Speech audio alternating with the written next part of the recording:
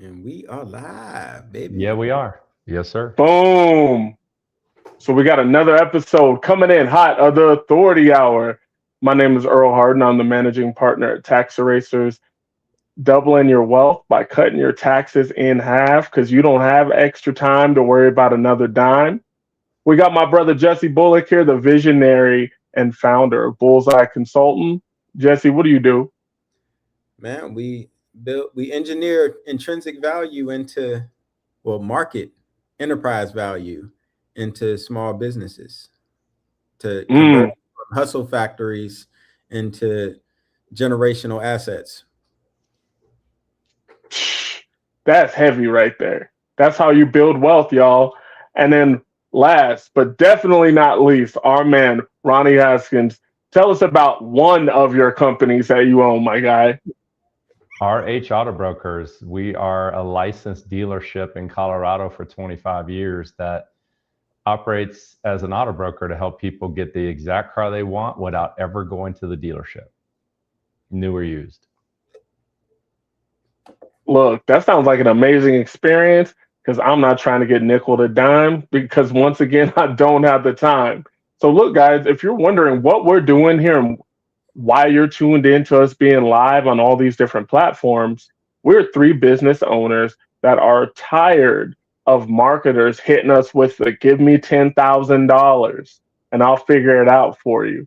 So we decided to link arms and go on our individual journeys of building our businesses together. But at the same time, we are building a company that is going to build marketing capital for other companies. Can you dig it? Yeah, I Yes, can dig it. again. That's fire. Yeah. So if you guys were tuned in with us last week, we had three very different segments. Ronnie and I both talked about AI from different points of view, where I was talking about managerial AI and how we can set things up, and we're going to expand on that. He talked about trends. And as always, Jesse's the man with the plan. He's always breaking down SOPs, frameworks, and data and what to do with that data because we need all these things together. We need systems, we need the trends, and we need to know what the heck is going on in our business. I agree. Absolutely. Absolutely. So coming into this week, guys, how much of our homework did we get done, and do we have something to report back on that? And we're all laughing because we are all busy as a mug. You guys have no idea how hard it is for us three to even find the time to get on here. So asking a busy person if they got their homework done, we're all smiling because our businesses come first and everything else comes after. Yeah. Yo, that was such an incredible framing for this segment, bro, because we talk about the product a lot on in these conversations, and when I say the product, is how we choose to market and expand our brand. But there's so much value in the details of the logistics of how it all comes together. So literally, I just kind of took it on. Like I gotta post this. That I gotta post it because Ronnie called me last week, and it was such a dope conversation because like our excitement matched each other in the sense of we've been doing this program for a few weeks, but a few months now. Like it's been a little while now, and Ronnie hit me like, "Yo, that shit was fire, bro. Like we got to get the let's get the content out. Like post it so I can share it." And I was like, "Yo, like I'm feeling all excited in my spirit. Like, we gonna get it out. Yeah, it's going out right now. Like it should have been done 2 days ago." You know what I'm saying? Like, Yeah. and then the realities of the demands on my time hit, and so then I peel the time away to post, and I'm sitting there and I'm stuck in the caption. I'm like, fuck, because I've structured a system in my business that now my virtual assistants handle all that for me. So I'm not caught in because that was a whole process that like I used to approve every caption and all that. I don't do that no more. Like we went through the approval process for so long that my virtual assistant kind of understands how my mind works for the captions and all that. So she put them all together and she posts all of my stuff for me. So I don't really have to be dealing with that too much. So I'm sitting there and I'm like, fuck, because this caption gotta represent what we collectively wanted to represent. I'm like, man, this ain't. God damn it! You know, it turned it like I literally went through paralysis through analysis, where I just got stuck. So during pre-production, I was asking Ronnie and both Earl like how much value that we think we would get, like provide rather, from sharing from that perspective of the logistics of content production, editing, and releasing and growing and all of the things, because that's all a part of it. It's like you want your caption to complement the content itself. And that sent me into a whole sphere of paralysis. So, Ronnie, I know that you were like locked and loaded from that when we were talking during pre-production. What's your read on that, my brother? Don't let perfection be the enemy of the good. It's like,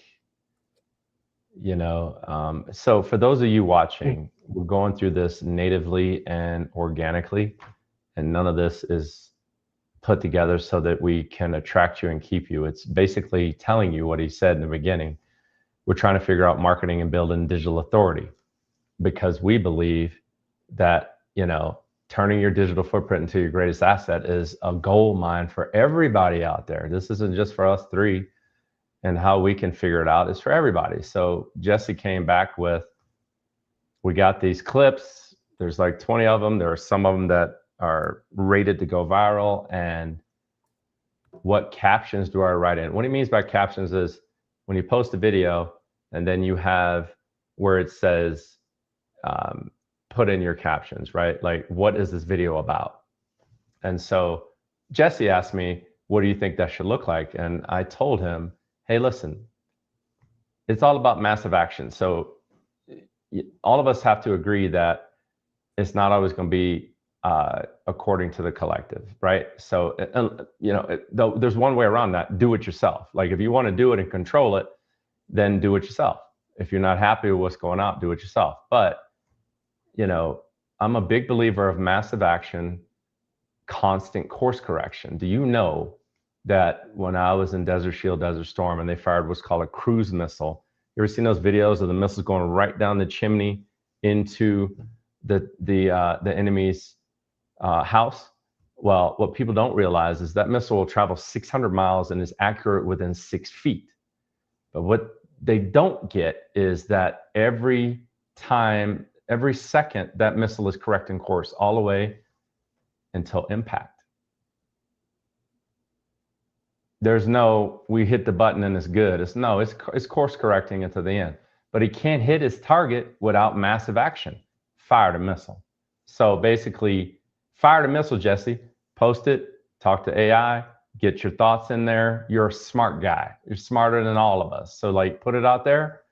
And if we got issues with it, we'll talk about it offline. And then maybe we'll course correct for the next one. No problem. I couldn't agree more. One of my favorite books is Fire, Ready, Aim. So it's a book telling you to get off your grits and get to it.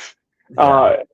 I don't think there's any way we can perfect something without having a big life. First of all, if perfection was even the goal. Yeah.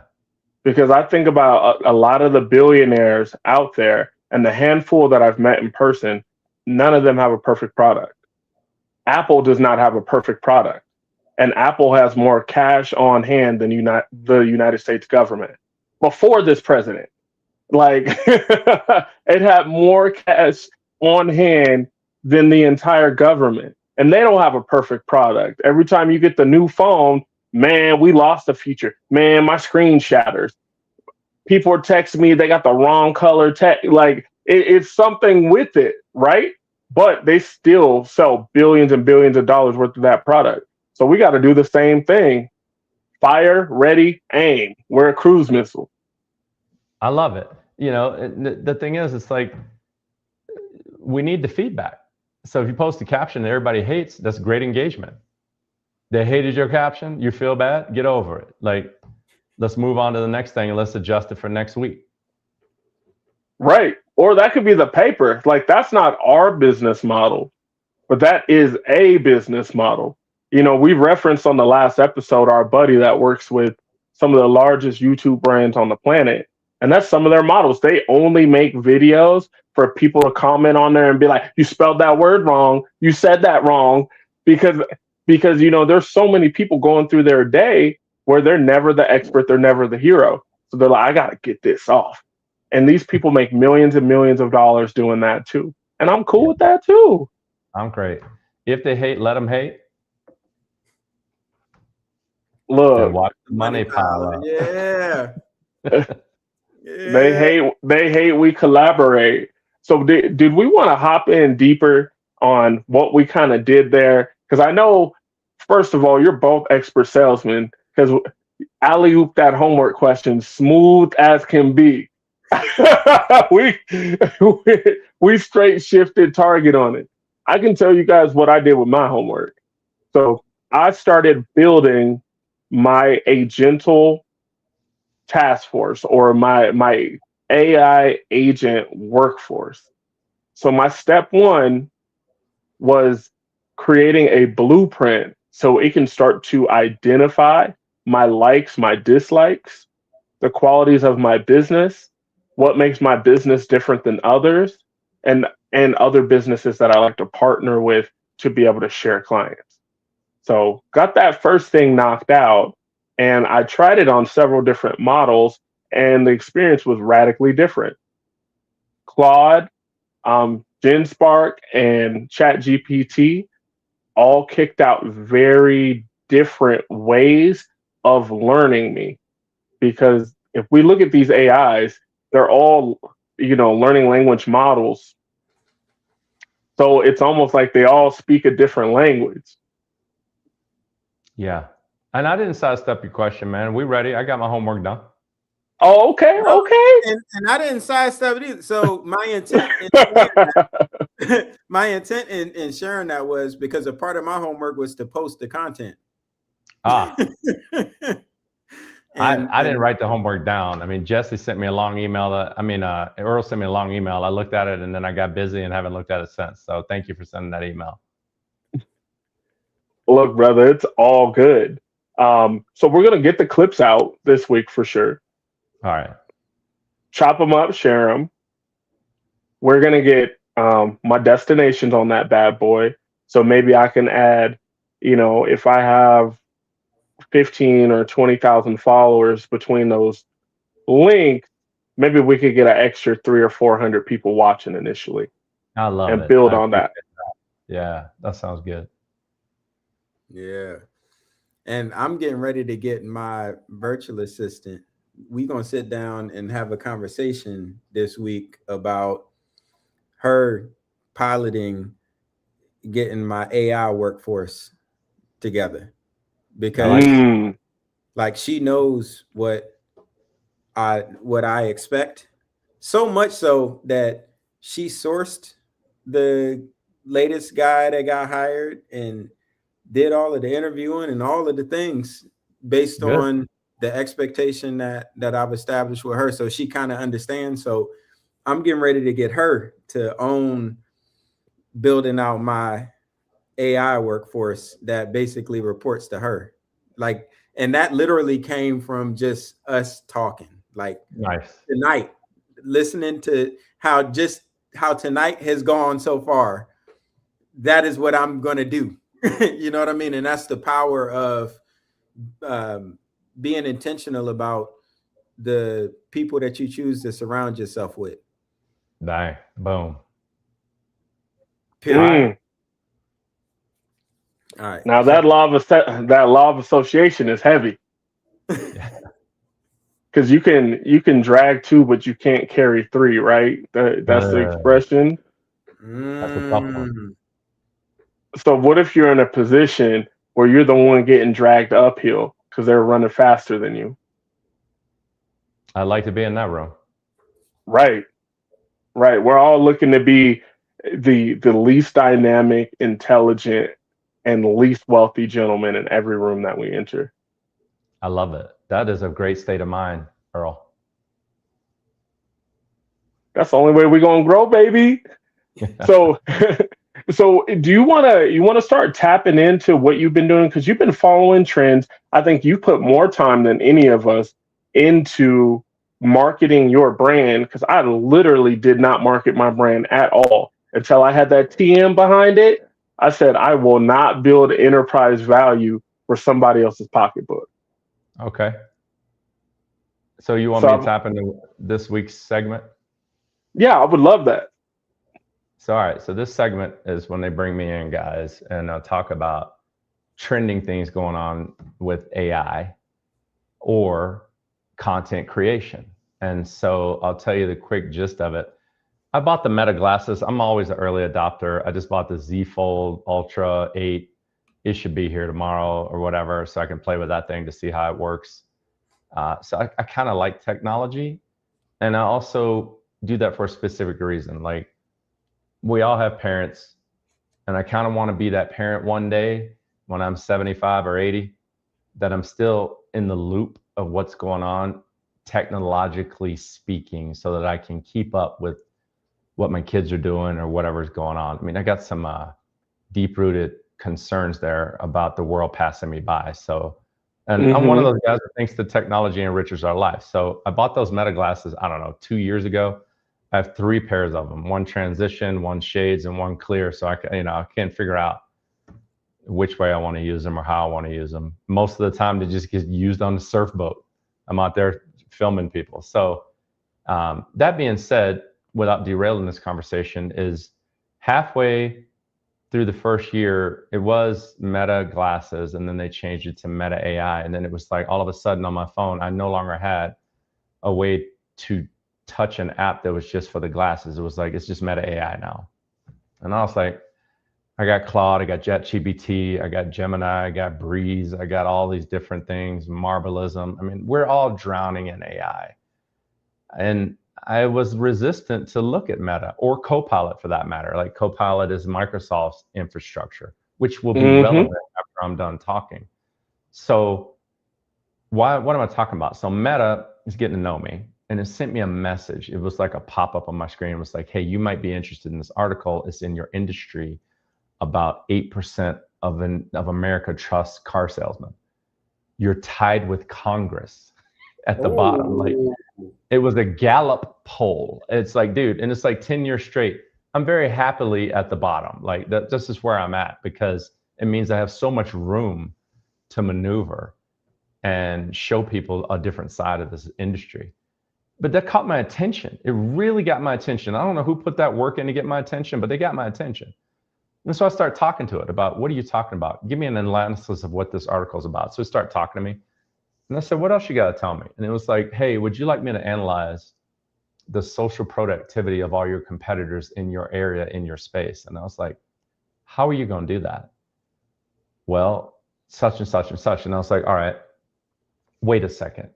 Do you have a competitive advantage because you're Meta and you own Instagram and Facebook outside of Claude or whatever? Go to Claude right now, Earl, and try to get it to go source your material and analyze your Facebook profile and see what it tells you. I tried it earlier. Oh, okay. So I want to talk about facts instead of guessing, right? So I tried it before this episode, and my question was, tell me everything you can do directly with Meta to analyze my social platforms directly. There's no connector, no native Facebook, Instagram app integration, but there's relevant options in the connector.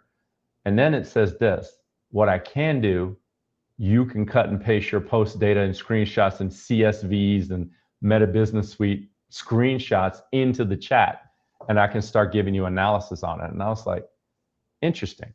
So then I talked to Meta and asked the same question, like, let's talk about your competitive advantage. I can go deep in your accounts, your actual ones, not just general advice. Here's what I can do directly in your Facebook and Instagram. It pulled up my accounts, analyze your own post and performance, analyze what you engage with, analyze your network and audience, content and trend analysis, build things from it. And I started thinking to myself, oh my goodness, maybe you should be my content creator. I'm not, the jury's still out on that, but think about it, guys. Like now I'm thinking about, remember I said Microsoft comes back in this conversation. Mm-hmm. When you're dealing with spreadsheets and whatever, do they have an advantage with Excel? The answer is undoubtedly yes. You know, like, as a matter of fact, 2 weeks ago, Claude was in Excel. I was using it. I created some spreadsheets using Claude to run leasing analysis that it built for me. I built it like 5 months ago, but 2 weeks ago, I was still, hey, Claude, clear the cells, re-input the data.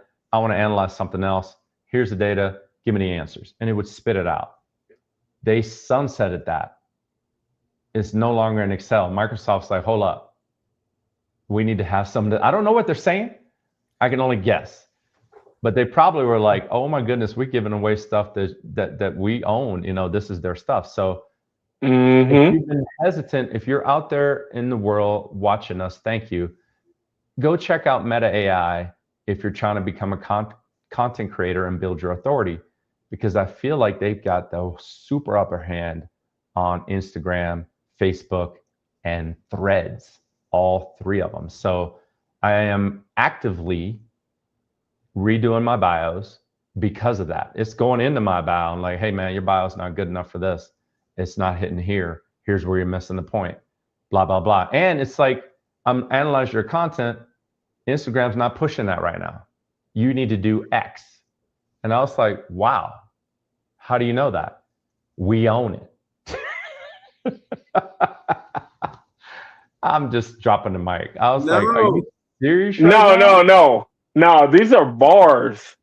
And to the point that's got me thinking forward, you're talking about them sunsetting different features, because as we talk about on the asset class, these AI companies have just been paying each other in a giant circle where we don't really know the real value of any of these companies. And that's why almost all of them IPO'd at once while the stock market's still strong, so they could get their money out and use everybody else as the liquidity.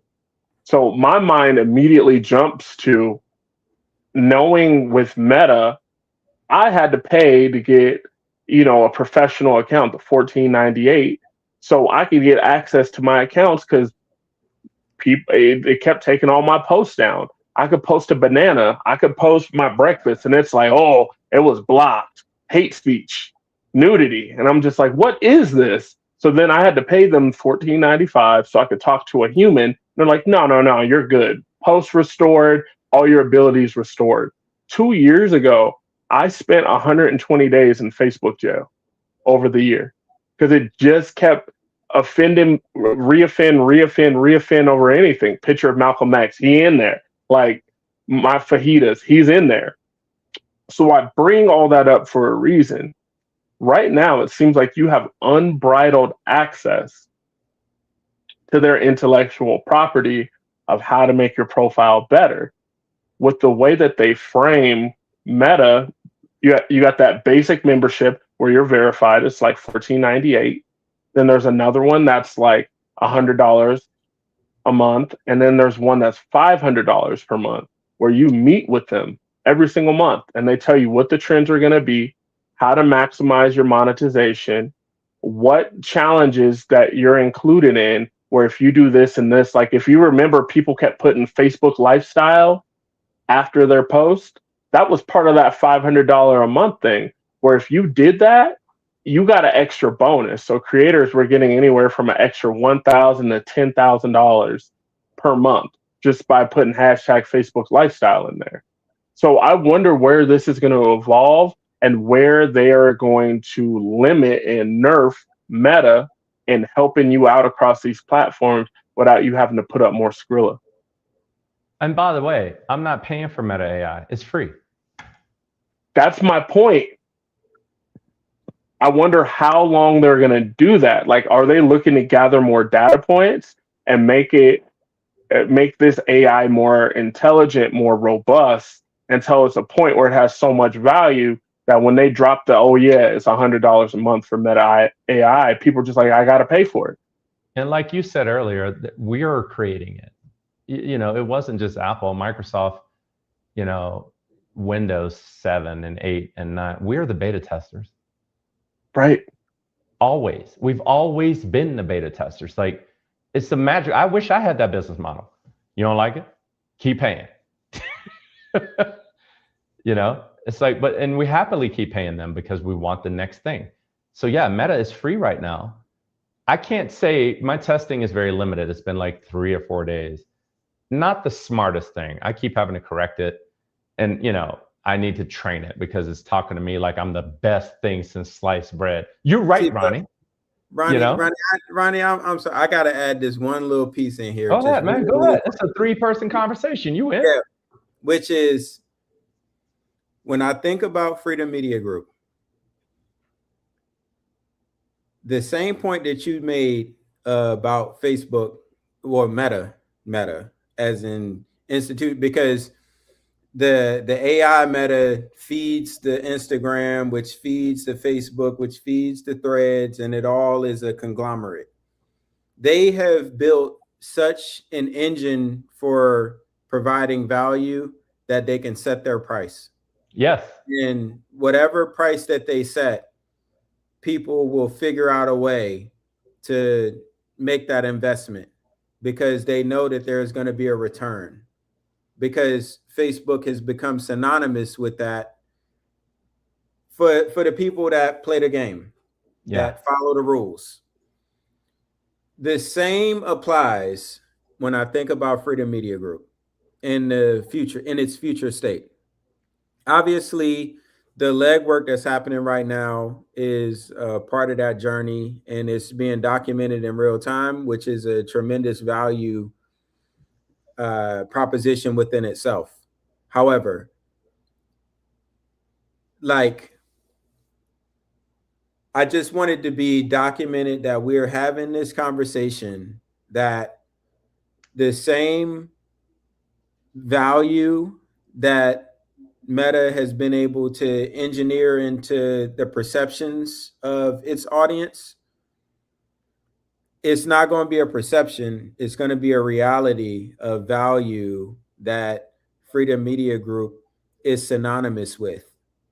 And when they're coming in large numbers, because the value is truly there, it's demonstrated, right? Like, that is the trajectory that all of this is moving toward. And I would be remiss to not have hopped in there the way that I tend to do every now and again to insert that point. I'm sorry, you were saying. I appreciate the point. I'll end my segment with this. Gary Vaynerchuk said this years ago. He's talking about TikTok comes out with another thing, right? Auto cut, or you get this thing on here. It's like, hey, go live. Like, I'm tempted to go live this week on TikTok. If I just haven't, Jesse, the time, to figure it out. But hold on, do we want to make this an authority hour initiative? Because then we will force each other to make it happen. Go live on TikTok by next meeting. Sure, once, like, I can do that. But here's my point. When they come on one of the platforms, doesn't matter if it's TikTok, Snapchat, any of them, and they're like, hey, TikTok promote or whatever, right? Everybody has seen these things where like, this is the latest thing, click here. What Gary Vaynerchuk was saying was, those are the things that they're pushing right now. They're telling us, right? So when Meta's telling me, if you're designing content, Ronnie, and you want the truth about what's going to happen with your content, you may want to pay attention to the feedback and the outputs that I'm giving you. I'm paying attention. It sounds like we all just got a coach. We got an inside coach, because we talked about it a little bit last week. and how Alicia Little's been using these systems when there was a Meta plugin to be able to use. Now it's just a part of Meta AI where it does all these things for us. When I'm looking introspectively, over the last 5 years or so, I've been able to look at trends, kind of replicate it in my own way, and then I'll get things hot where basically I would make one post that I think would get a bunch of likes. Then my next post, I'm like, this is something very simple, universal, it's going to get a bunch of shares. And then the next one would be conversational, so I would get a bunch of comments. And then by hitting all those three things, all three of those posts would start blowing up. And then my next post and my next post, and I would post like maybe every 3 days to a week, and I would keep it going. That is not how the algo works anymore. I've noticed, are both of you in professional mode on Facebook? Yes. Okay, so you know how it coaches you, and it says, hey, you haven't hit any of your goals this week. You're 0 for 11 on your post, because that's me. I'm not posting enough. I'm guilty. I'm guilty. And it's funny because my friends with smaller followers like, dude, you always on Facebook. I always see you. I'm like, you got to start looking at dates. Like that's from 6 years ago and someone liked it and the post got hot. But I've been in the lab. All I've been doing is, getting these certs and working with clients, So one thing that I have noticed when I follow that thing to the T for 2 or 3 months straight. But hold on, no, really, really quick, because that is a gem that you just now glossed over. You provided value for such an extended period of time that when someone likes something that you provided value on 3, 5, 10 years ago, that keeps you relevant today. Like, that's a tremendous amount of value, bro. You know what I mean? So to like the context of continuing to show up in the arena, because you have continued to show up in the arena. So now in this season of your development and your journey, where you're investing into putting more letters behind your name that actually equate to more value that you're able to provide to the ecosystem, so you have less time to be engaged on social media, the work that you did years ago is keeping you relevant today. Like, that's tremendously valuable, bro. And we can't just like gloss past that. I'm sorry, you were saying. No, I really appreciate you for breaking that down, because sometimes it's so easy to gloss over things when you're like a charismatic, loud person like Ronnie and I are. We're just like, we're just doing things. It's how our brains work. Whereas I know it takes more energy for you to do that and to get out of the introspective space. So I really, really appreciate that perspective.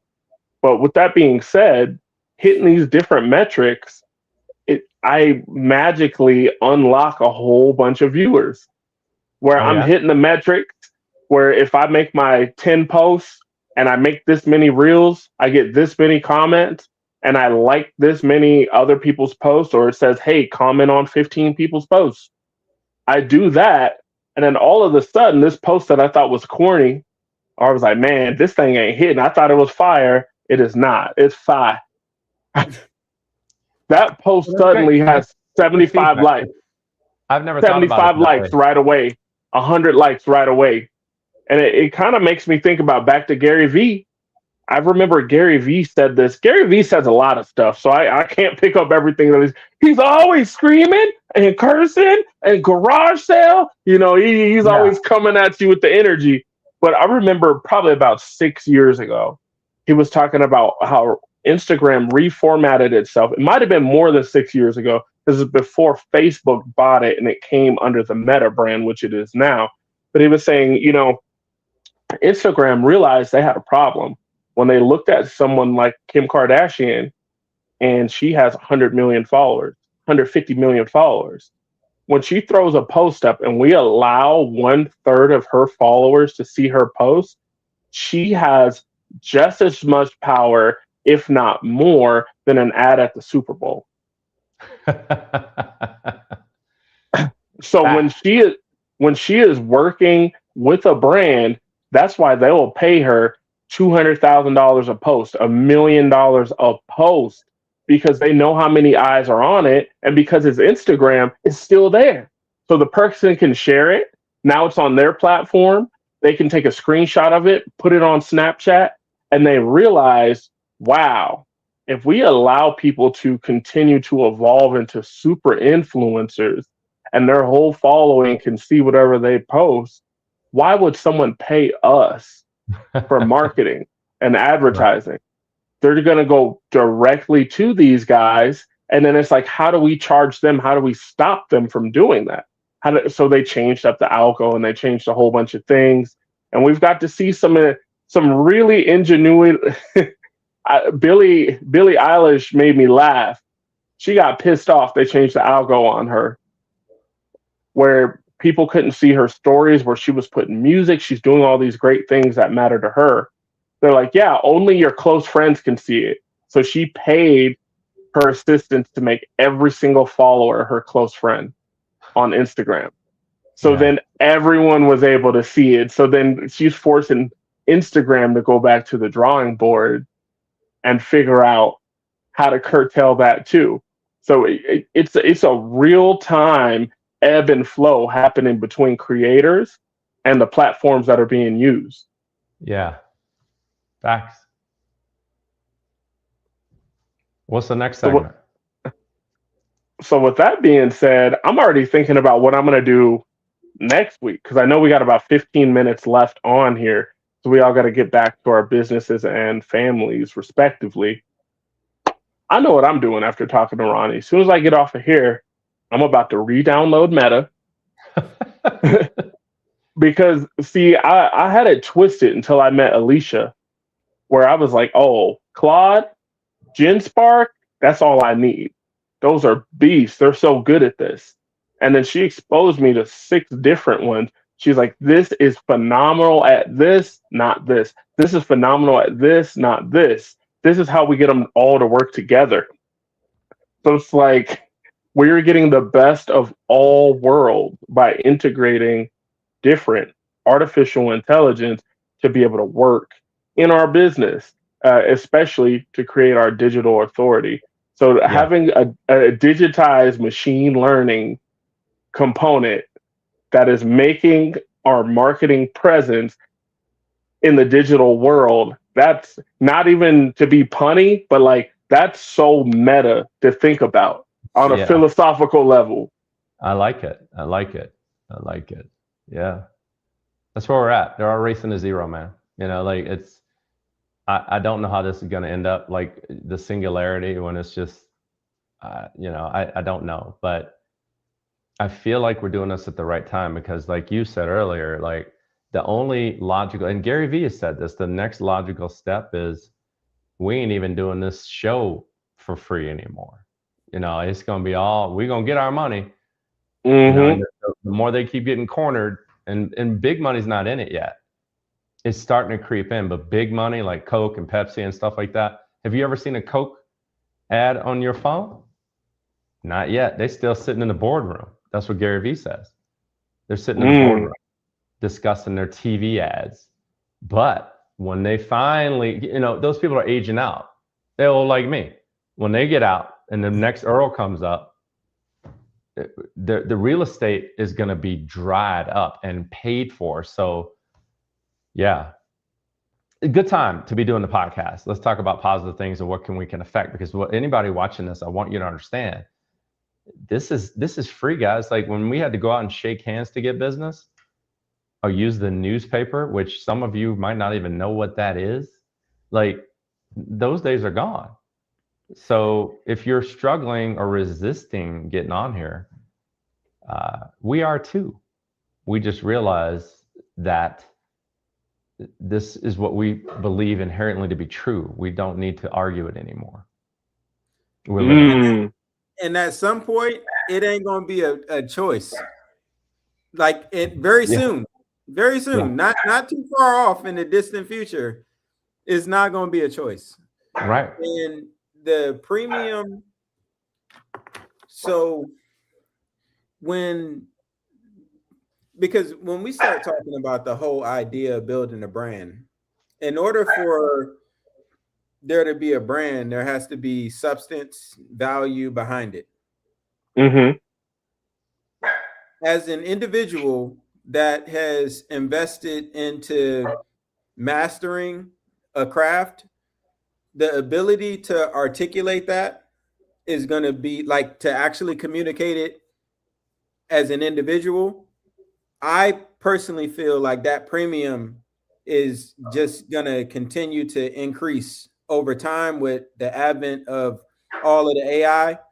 Because if COVID has not shown us anything, it's shown us the value of connecting on a human level and what happens when we don't connect on a human level.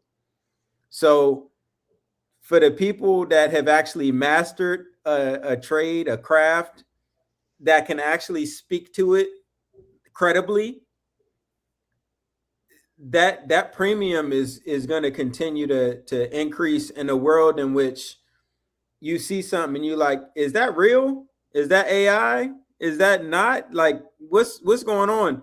The people that are really those people that are like they really are the thought leaders. They really are they're pushing the envelope of conventional wisdom. The premium is going to be at a different scale as AI continues to do what AI does. That's just my read on where we're moving as a society. So the value, to your point, Ronnie, like this is the perfect time for the people that have actually invested into building themselves and whatever that field is, to be able to articulate it in the form of, these long form conversations.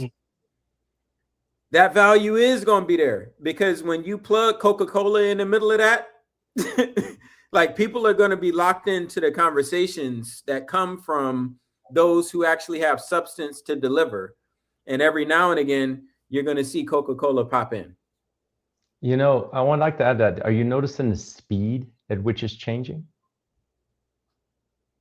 The speed, the actual speed, man. Like,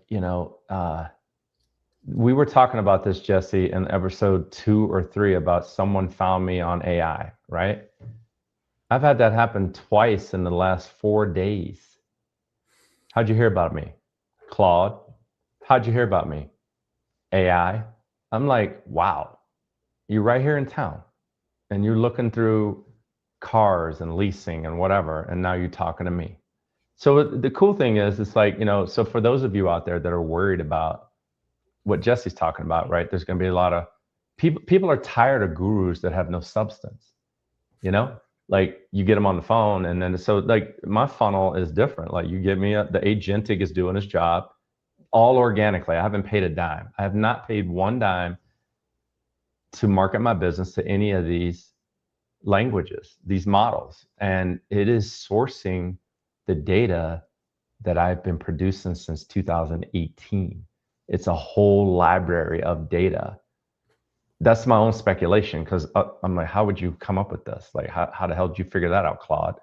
Well, it's sourcing all the data and the comments and all the things that are going on. And it comes up with a reasonable solution. Like this is Ronnie, And so when people are finding that, and then I get a phone call or a lead, I'm getting lead submissions more and more and more quickly. Dude, I'm not even paying for ads. So Ronnie, the only notion that I will challenge you on in that, my brother, is when you say that you have not invested a dime. I would challenge you that your time is far more valuable than what you're representing it as and what you're saying right now. So hold on. Let me cook for a second. Let me cook for a second. All right. So when we think about the amount of time that you have intentionally invested into not only creating the content, but also to what we spoke about previously in this episode, the logistics of continuously showing up. Like, you have made a lot of investment in that form. So when you sit down and you record a 5-minute video, that's 5 minutes of your time. That 5 minutes of your time, there's value in that 5 minutes of your time. And the more that the algorithm does what the algorithm does, the higher that the value of that 5 minutes will continue to increase. But there is that value that it took for you to record it to begin with. And then there was the value that it took to turn that 5-minute recording into what actually resonated in the algorithm that drove somebody to actually be sitting in front of you or be on the other side of a phone call with you. What are you saying? Because you said that you didn't invest a dime. Monetarily. So I'm not talking about me. I'm talking to the person out there that's following the show. And they're like, I don't have thousands. So like, if you go back 20 years in my business, let's just take it maybe 10, right? Maybe 10 years back, when it was all about the newspaper was drying up and we're talking about how we're going to market ourselves. I had to make a tactical decision about where those dollars went. Like, do I want to compete with every dealership in Colorado or the world? And dealers will spend, they have been spending 6 figures a month since the beginning of time. So in order to try and compete with that, it was a dead deal. I was like, I'm going to be out of business. So for the business owner out there, I of course agree with Jesse that the time is valuable and worth dollars. But if you're at home and you don't have money to spend on advertising, you can spend your time, like Jesse said, which is just as valuable, and you'll probably get a bigger return than just pouring money into it and hoping for the best. And I'm actually living those benefits now. It's crazy. I mean, that you found me in Claude is stupid. It doesn't even add up to me.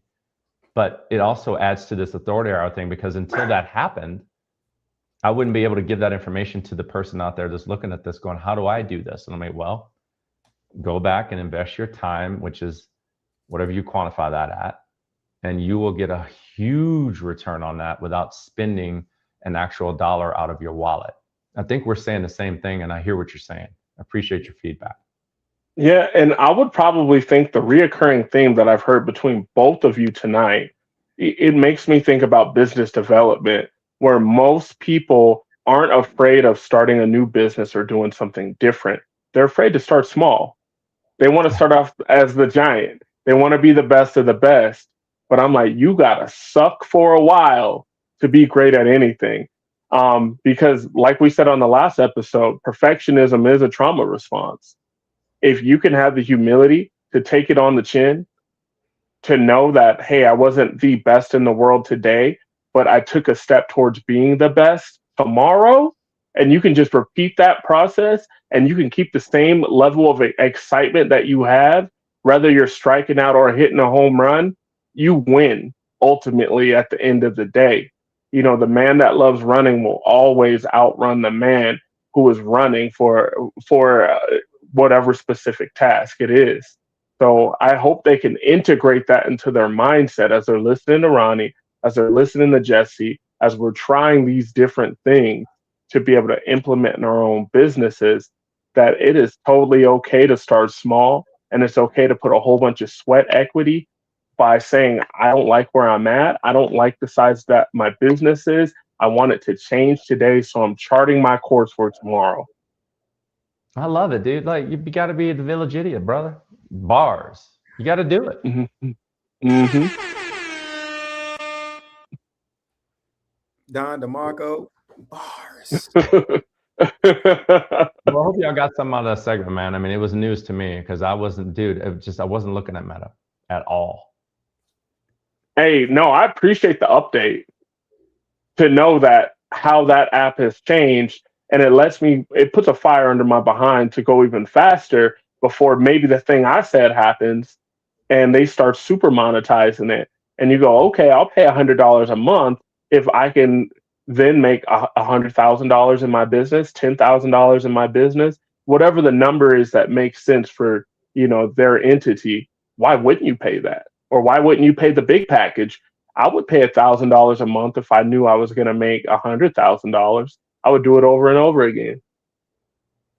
Yeah.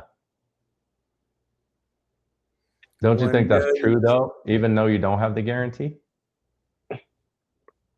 That's the funny part. When I bring people on as a broker, because we have all of the financial services, so tax services, estate planning, retirement, securities, all that kind of stuff.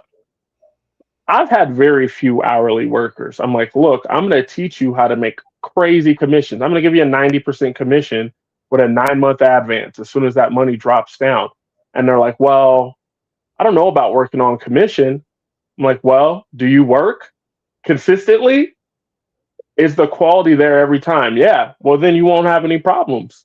But if you're not someone who can work consistently, you really need to hold on to that day job a little longer. And I'd normally encourage them to have 6 months of savings before they go full time anyways.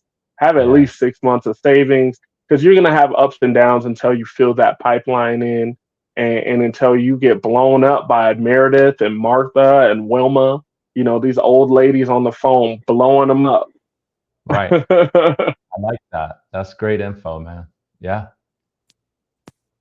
Oh man. So we're pretty much at the top of the hour. So are you going to take us home, Jesse?